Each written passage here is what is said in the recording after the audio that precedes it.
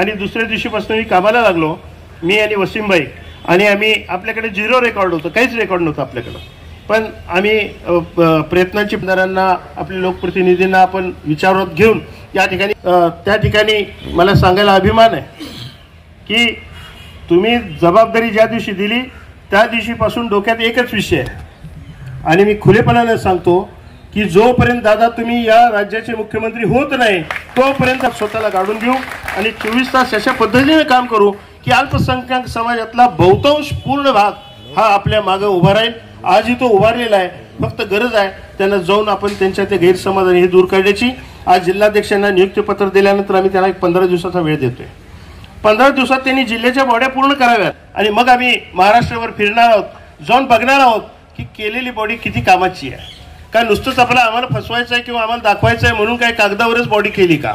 तसं नाही आहे. आणि काम म्हणजे आता तसं पहिल्यासारखं काम नाही, थोडा आम्ही बदल केला आहे दादा. आम्ही बदल असा केला आहे की काही प्रोग्राम आम्ही आमच्या अध्यक्षांना देतोय खाली की प्रायोरिटीमध्ये, आणि तिथल्या आपल्या बॉड्यांना मजबूत करताना तिथं शासकीय योजनेतनं लाभार्थी जे आहेत, लाभ मिळवलेले जे अल्पसंख्याक समाजातला वर्ग आहे त्या लाभार्थ्यांना आपल्याशी जोडून घ्यावं लागेल, कारण त्यांना आपल्या शासनाने लाभ दिला आहे आणि त्यामुळे ते आपल्या शासनाबद्दल सकारात्मक आहेत. फक्त त्यांच्यापर्यंत पोहोचण्याची गरज आहे आणि त्यांना आपल्यावर घेण्याची गरज आहे. यासाठी म्हणून आम्ही तो डाटा या ठिकाणी. आणि दुसरं, अल्पसंख्याक समाजासाठी त्या ठिकाणी दादा अनेक जण येतात. आपण अर्थमंत्री असल्यामुळे परस्पर आपल्याकडे या पुढच्या काळात असं नाही. या पुढच्या काळात आता जिल्हाध्यक्षांना मी सांगितलेलं आहे तुमच्या जिल्ह्यात अल्पसंख्याकांसाठी गरजेची कामं काय आहेत याची एक लिस्ट करा आणि त्याची एस्टिमेटेड अमाऊंट अंदाजे द्या. हे सगळं पुढच्या बजेटच्या आधी माझ्याकडे पाहिजे आणि ते घेऊन आम्ही तुमच्यावर बसणार आहोत. कारण अल्पसंख्याकांचं जो असताना पक्ष संघटनेच्या शिफारशीवरनं ते व्हावं अशी एक माफक अपेक्षा आहे माझी, आणि ते निश्चितपणाने आपण ते कराल अशी मला आशा आहे. अनेक बोलायला अजूनही बरेच. आपले प्रांताचे अल्पसंख्याकांचे अध्यक्ष इद्रिसभाई नाईकवाडी, कार्याध्यक्ष वसीमभाई बुरान, सन्माननीय आमदार साहेब उमेश भैया, सन्माननीय व्यासपीठ आणि आदरणीय उपस्थित राष्ट्रवादी कुटुंबातले सर्व बंधूंनो, अस्सलाम वालेकुम. दादांकडून हर ज़िले से हमारे बीच में आज सभी माइनॉरिटी के दिगर शख्सियत मौजूद है. आपको आते वक्त थोड़ा सा जहन में आता होगा कि दादा, सरकार, बीजेपी, शिवसेना का रुख, मगर मुझे आज फक्र की बात है कि ऐसी शख्सियत के पीछे आज जो नेतृत्व हमने स्वीकारा है और उनके साथ मैं इस्तेकबाल करता हूं हमारे नेता हसन मुशर्रफ साहब का.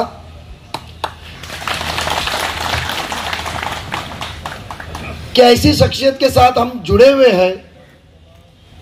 मेरा तो बहुत ही कॉलेज जीवन, विद्यार्थी क्षेत्र से दादा से ताल्लुक रहा है. बहुत उनको हमने एडमायर किया है. कोकण के रहने की वजह से तटकरे साहब को एडमायर किया हमने कि जो कहते हैं वो करते हैं. उन्होंने कहा कि शाहू फुले अंबेडकर की विचारधारा मैं छोड़ूंगा नहीं, मैं अल्पसंख्यक का साथ छोड़ूंगा नहीं. उन्होंने सिर्फ कहा नहीं, जो सरकार में कोई अल्पसंख्यक का मंत्री नहीं था उन्होंने वो तवज्जो दी कि पहला मंत्री मेरे साथ शपथ विधि भी अल्पसंख्यक समाज का लेगा. उन्हें इतर घटकों को तो साथ दिया ही, पहली महिला मंत्री भी दी उन्होंने सरकार में. बट आज विशेषतः आज हम जब अल्पसंख्यक के लोग यहाँ जुड़े हुए हैं तो मैं ज्यादा तवज्जो उनकी बातों पे कहूंगा. इद्रिस भाई, आपने कहा कि दादा ने विश्वास दिलाया है कि हम अल्पसंख्यक समाज का कभी साथ छोड़ेंगे नहीं. दादा ने विश्वास नहीं दिलाया, दादा ने वो शर्त रखी थी दिल्ली की सल्तनत पे कि आपको मेरी ये शर्त कबूल होगी तो मैं आपके साथ आऊंगा, नहीं तो मुझे जुड़ना नहीं है. ये बहुत बड़ा एहसान है कि सत्य पे रहते हुए हमको ना भूलना. नहीं तो आजकल तो हमें तो खिलौना बनाया गया. अकलियत के मामले में एक डराया जाता है, अकलियत धोखे में है, इस्लाम धोखे में है, माइनॉरिटी धोखे में. क्यों फादर से बराबर है कि नहीं? माइनॉरिटी धोखे में और अपनों को वोट बटोरने का काम. पर दादा, आज जो ये तादाद पूरे महाराष्ट्र से लोग जो आए हुए हैं, चंद लोग आए, हमने तो अध्यक्ष और कार्याध्यक्ष को विनंती की कि दादा के देवगिरी में लॉन्च छोटा है, नहीं तो और कई लोग आने वाले थे. कि हकीकत में हमारे पर्दे, आंखों पे से पर्दे निकल चुके हैं. आज जो माहौल इस राज्य के अंदर लेके जा रहा है, विशेषतः अर्बन मुंबई एतराफ के अंदर ये कहा जाता है कि उद्धव ठाकरे ने वो शिवसेना मुसलमान के प्रेमी है, मुसलमान जरा थोड़े से उनके रुझान में है, इस तरीके की चर्चा चल रही है ना हमारे बीच में। मैं आपको एक हकीकत बताना चाहता हूं कि जब हमारे नेता ने जूनी महाविकास आघाड़ी की सरकार के अंदर, और वो सिर्फ और सिर्फ दादा ने अकेले में गुफ्तगू की कि जैसे मराठा आरक्षण की बात चल रही है, धनगर और अलग आरक्षण की बात चल रही है, तो मुस्लिम तबके को भी आरक्षण देना जरूरी है और हम वो आरक्षण देना चाहिए। तो आज जो हमारे अकलियत की रहनुमाई करने की कोशिश कर रहे हैं, जो बीजेपी से लड़के अपने आप को हमदर्दी जताने की कोशिश कर रहे हैं, उन्होंने कहा कि आप जरा भी ये बात मत निकालिए, मैं आपके साथ जुड़ा हूं, मगर मैं हिंदुत्व छोड़ूंगा ना, मैं सरकार से निकल जाऊंगा, मगर मुसलमान आरक्षण की आप बात निकालना मत। ये बात फीसदी सच है। प्रदेश राष्ट्रवादी काँग्रेसचा अध्यक्ष म्हणून महाराष्ट्राच्या कानाकोपऱ्यातून आलेल्या माझ्या सर्वच अल्पसंख्याक सेलच्या कार्यकर्त्याचं मी अंतःकरणापासून या ठिकाणी मनपूर्वक स्वागत करतो। दादांच्या नेतृत्वाखाली 3 जुलैला एक क्रांतिकारी निर्णय या राज्यभरामध्ये आणि देशभरामध्ये आम्ही सर्वांनी मिळून घेतला।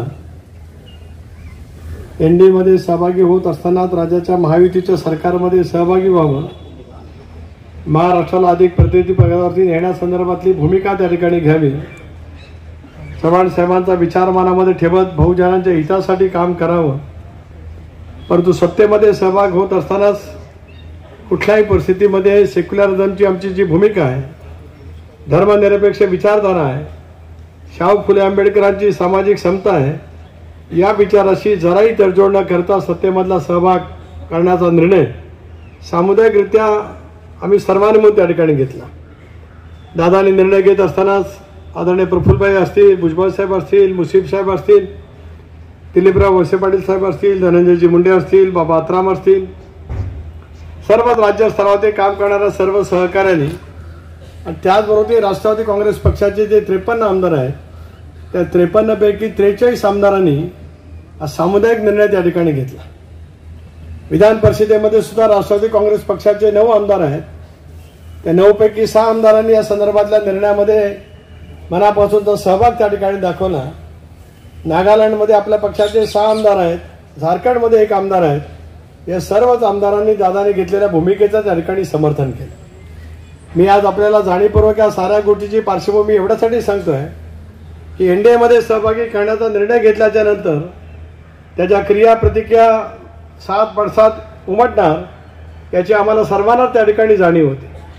परंतु जाणीवपूर्वक महाराष्ट्रामध्ये दादांनी घेतलेल्या या निर्णयाच्या बाबतीमध्ये माझ्या सर्व अल्पसंख्याक समाजामध्ये काही समज गैरसमज कशामध्ये निर्माण करता येतील याच गोष्टीवरती काही भर अनेकांनी त्या ठिकाणी ठेवण्याचा प्रयत्न केला। गेले 30-35 वर्ष आम्ही सगळेजण सार्वजनिक जीवनामध्ये काम त्या ठिकाणी करत आलो, ज्याचा उल्लेख नजीबभाई मुल्लांनी या ठिकाणी केला की सत्तेमध्ये सहभागी होत असतानाच ही गोष्ट आम्ही स्पष्टपणाने त्या ठिकाणी केली की कुठल्याही परिस्थितीमध्ये आमच्या विचाराशी, धर्मनिरपेक्ष विचाराची कुठल्याही पद्धतीची तडजोड न करता आम्ही त्या ठिकाणी काम करणार आहोत। पण अशा पैकी समज गैरसमज पसरवण्याचं काम जाणीवपूर्वक त्या ठिकाणी केलं गेलं। ज्या मतदारसंघामध्ये मी गेले दीर्घ काळ त्या ठिकाणी प्रतिनिधित्व करत आलो, शिवधर मतदारसंघामध्ये 15 वर्ष त्या ठिकाणी प्रतिनिधित्व करतो आहे। सामाजिक ऐक्य प्रस्थापित करण्यासाठी गेले अनेक वर्षामध्ये खूप मोठ्या प्रमाणावरती ताकद आणि मेहनत माझ्यासारख्या कार्यकर्त्यांनी प्रस्थापित केली। त्या मतदारसंघामध्ये एकेकाळी बॅरिस्टर अंतुले साहेब निवडून आले। दूरच्या व्यक्ती करता त्यांनी आपल्या पदाचा संपूर्ण वापर केला आणि हे सगळं करत असताना बघता बघता जुलैमध्ये आम्ही हा निर्णय घेतला। जुलै, ऑगस्ट, सप्टेंबर, ऑक्टोबर, नोव्हेंबर, डिसेंबर, जानेवारी जवळपास 6 महिने होत आलेले। आपल्याला आपली संघटना अधिक मजबूत करायची आहे। ते करत असताना आपण आता इथं स्वतः इद्रिस नायकवडी आणि वसीम बुरान यांच्यावर जबाबदारी दिलेली आहे। त्याच्यामध्ये इतर पण सहकारी त्यांच्याबरोबर काम त्या बाबतीमध्ये करतात। तिथं मग सलीम सारंग असतील किंवा इतर अनेकांची नावं तिथं घेता येतील आणि याच्यातून आपल्याला पुढे जायचंय. मला या सगळ्यांनी सांगितलं की तटकरे साहेबांनी पण वेळ मागितली आणि इद्रिस नायकोडे यांनी आमच्या वसीम मुरांनी पण सांगितलं, नजीमनी पण सांगितलं की दादा एक बुधवारची वेळ द्या आणि आपण त्या पद्धतीनं सगळ्या गोष्टी करण्याचा प्रयत्न करू. म्हणूनच आम्ही तुम्हाला सगळ्यांना बोलवलंय. कदाचित काहींना निरोप राहिले असतील. माझी त्यांना विनंती आहे की तुम्हाला असं कोणी भेटलं की बाबा आम्हाला का नाही बोलवलं, तर ते नजर चुकीनं पक्षाकडनं ते राहिलं त्याबद्दल मी दिलगिरी व्यक्त करतो आणि तुमचं इथं आल्याबद्दल सगळ्यांचं मनापासून स्वागत देखील करतो. उद्याच्याला महिलांचा मेळावा षण्मुखानंद हॉलला आपण घेतलेला आहे. काही काही महिला तर आशातल्या वेगवेगळ्या भागातनं मुक्कामाला देखील आलेले आहेत. आज आता ज्यांच्यावर जी जबाबदारी आपण सोपवणार आहोत त्यांनी ती जबाबदारी अतिशय तडफीने, आपल्याकडे वेळ कमी आणि काम जास्त अशा प्रकारची आपली परिस्थिती आहे आणि त्याच्यातून पुढे जात असताना माझ्यावर ज्यावेळेस ही जबाबदारी आली त्यावेळेस जबाबदारी स्वीकारल्यानंतर अर्थमंत्री आणि वित्तमंत्र्याची मी एक अल्पसंख्याक मंत्री अब्दुल सत्तारजी असतील, आमचे सहकारी हसन मुश्रीफ साहेब असतील, इतर काही आमचे अनेक सहकारी मित्र असतील, यांना आणि वेगवेगळ्या डिपार्टमेंटला एकत्र घेऊन की बाबा मौलाना आझाद अल्पसंख्याक आर्थिक विकास मंडळाच्या साठी शासन हमी 30 कोटी रुपये होती, ती आम्ही वाढवण्याचा निर्णय घेतला. मीटिंगमध्ये तो 500 कोटी रुपये करण्याचा शासन हमीचा निर्णय गेल्या 8 वर्षामध्ये चर्चा होत होती. परंतु काही ना काही त्याच्यात अडचणी यायच्या. कुणी ना कुणी म्हणायचं नाही हो हे आम्हाला काही मान्य नाही आणि ते राहायचं. मी मात्र यावेळेस ठरवल्यानंतर आम्ही सगळ्यांनी एकनाथराव शिंदे, देवेंद्र फडणवीस यांनाही विश्वासात घेतलं आणि सांगितलं की येणाऱ्या नागपूरच्या अधिवेशनात आपल्याला ते मंजूर करायचं. मित्रांनो, 30 कोटीवरून 500 कोटीचा शासन हमीचा कालावधी हा आपण वाढवून घेतला. मौलाना आर्थिक विकास महामंडळाच्या भागभांडवलामध्ये वाढ करणं आणि शासनाने द्यावयाची हमी संदर्भात 700 कोटी नाहीये. मी शब्दाचा पक्का आहे. एखादा शब्द मी दिला, एखादी गोष्ट सांगितली तर मग पडेल ती किंमत मोजावी लागली तरी चालेल, परंतु आपण तो शब्द खरा करून दाखवायचा अशा प्रकारचा माझा स्वतःचा प्रयत्न आहे. मौलाना आर्थिक विकास महामंडळाकडनं गरजूंना देण्यात येणाऱ्या कर्जासाठी असलेल्या अटींचा पुनर्विचार करून नव्याने अटी शर्ती निश्चित करण्याच्यासाठी आपण निर्णय घेतलेला आहे. त्या पद्धतीने पण कार्यवाही चालू आहे.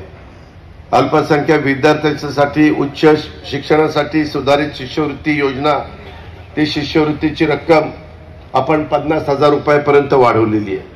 महिला आर्थिक विकास महामंडळाच्या माध्यमातून 15 जिल्ह्यामध्ये अल्पसंख्याक महिलांचे नवीन 2800 बचत गट आपण त्या ठिकाणी निर्माण करण्याचा आपण हा काम हातामध्ये घेतलेलं आहे.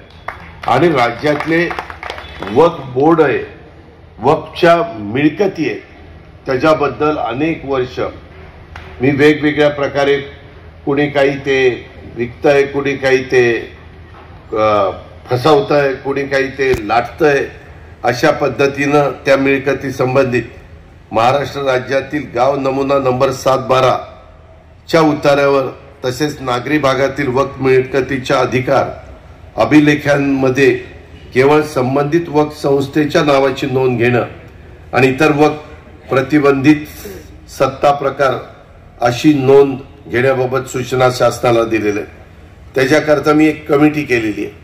त्या कमिटीमध्ये फायनान्सचा माणूस सेक्रेटरी घेतलाय, महसूल सेक्रेटरी घेतलाय महसूल विभागाचा, अजून एक आपल्या अल्पसंख्याकांचा सेक्रेटरी घेतलाय. अशा वेगवेगळ्या सेक्रेटरींना घेऊन ती कमिटी, मी आजच त्याच्यातल्या एका सेक्रेटरीला सकाळी 8ला बोलवलं होतं आणि म्हणलं होतं त्या समितीच्या लवकर बैठका घ्या आणि मला त्याचा अहवाल लवकरात लवकर द्या.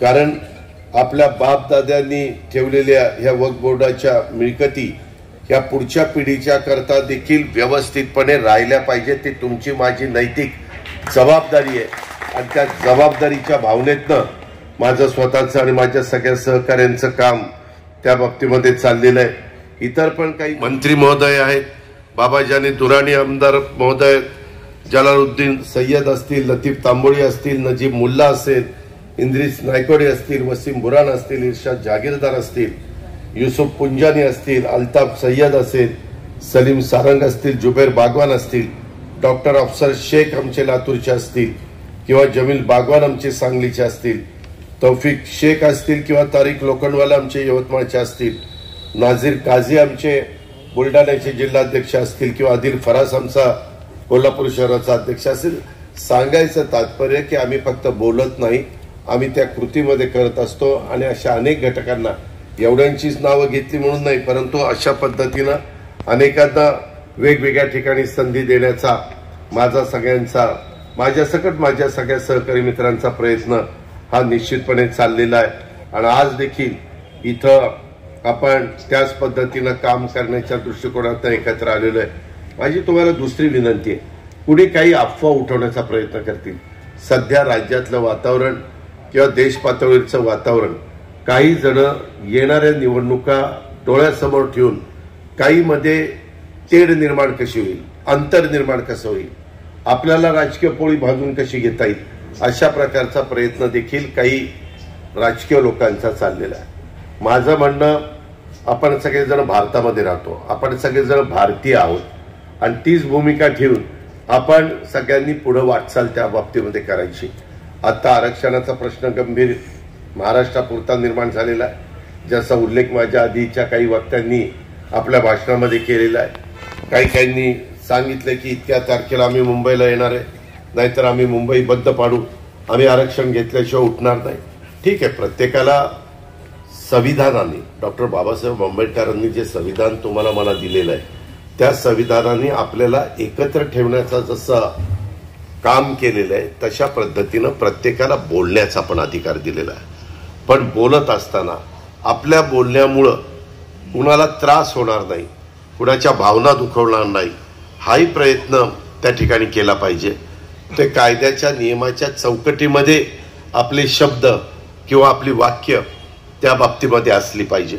आणि म्हणून हे सगळं करत असताना आपली घटना, आपले कायदे, आपले नियम आणि पोलीस खात्याला एकंदरीत त्यांची कायदा सुव्यवस्था चांगली ठेवण्याच्या करता त्यांच्यावर असणारी जबाबदारी, ते पण आपण सगळ्यांनी लक्षामध्ये घेऊन, आपण पण जरी पोलीस खात्यामध्ये नसलो तर त्यांना एक जबाबदार नागरिक, भारतीय नागरिक यांना त्यांनी साथ देण्याचं काम केलं पाहिजे। आणि तशा पद्धतीनं करत असताना काही जण मात्र त्याला कसा काहीतरी डाग लावता येईल किंवा कुठेतरी अडचण निर्माण होईल, अशा प्रकारचा प्रयत्न चाललाय। मी आपल्याला सांगतो, महायुतीच्या सरकारमध्ये काम करत असताना आम्ही सगळेजण हाच विचार करतोय, आतापर्यंत ज्यांना ज्यांना आरक्षणं दिलेली आहेत त्या आरक्षणाला धक्का न लावता जे काही प्रत्येकाला सांगितलेलं आहे त्याच्या संदर्भामध्ये त्यांच्याकडे तशा प्रकारची कागदपत्र असतील आणि ती जुनं रेकॉर्ड तशा पद्धतीनं निघालं, निजामशाहीच्या काळातलं निघालं किंवा ब्रिटिशांच्या काळातलं निघालं, तरी ते तपासून त्यामध्ये कुणालाही त्याच्यात भेदभाव हा केला जाणार नाही, अशा प्रकारचा आयुब खान, अहमद खान पठाण, साकिब भाई शौकत सैयद, हुसैन साहब, असलम यूनुस भाई, मोबाइल, अरे भाऊ हो ना बाजूला यार, एक मिनट क्या, चलो पीछे आओ, पीछे आ जाओ, अभी नहीं हुआ, चलो वो पीछे ना हो ये झालं का, आम्ही जातो घरी। चलो अभी माइनॉरिटी का बाकी है प्रोग्राम, ये फोटो के बाद जरा पदाधिकारी खाली बसून घ्या प्लीज। Thank you. चलो चलो सब पीछे चलो, पीछे चलना मेरा प्रोग्राम बाकी है। चलो चलो चलो चलो चलो भाई, पदाधिकारी इसके बाद जरा प्लीज सबसे बैठा से बैठ जाइए। ये जो खड़े सर ये साइड में बैठ जाइए ना। मोबाईल ए मित्रा, अरे मित्र आहे मित्र, अरे हो साहेब यांना काढा ना। हो दादा, कोई भी फोटो नहीं निकालेगा, कोई फोटो नहीं। चलिए चलिए आगे। मैं आता हूँ उनको भी देना।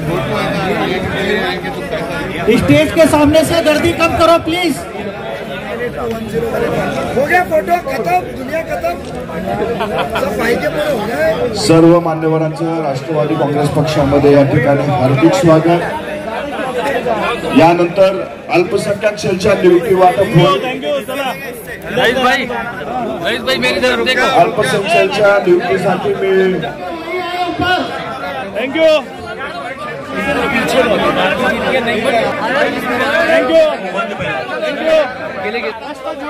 Sir thank you.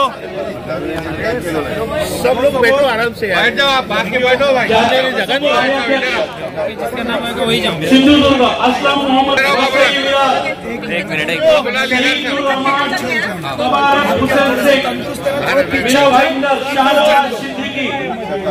Navi Mumbai Mohammed, thank you.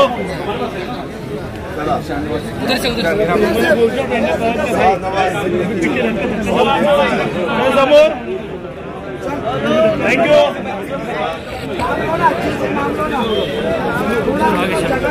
Bhandara Ashfaq Haji, Abdul Salam.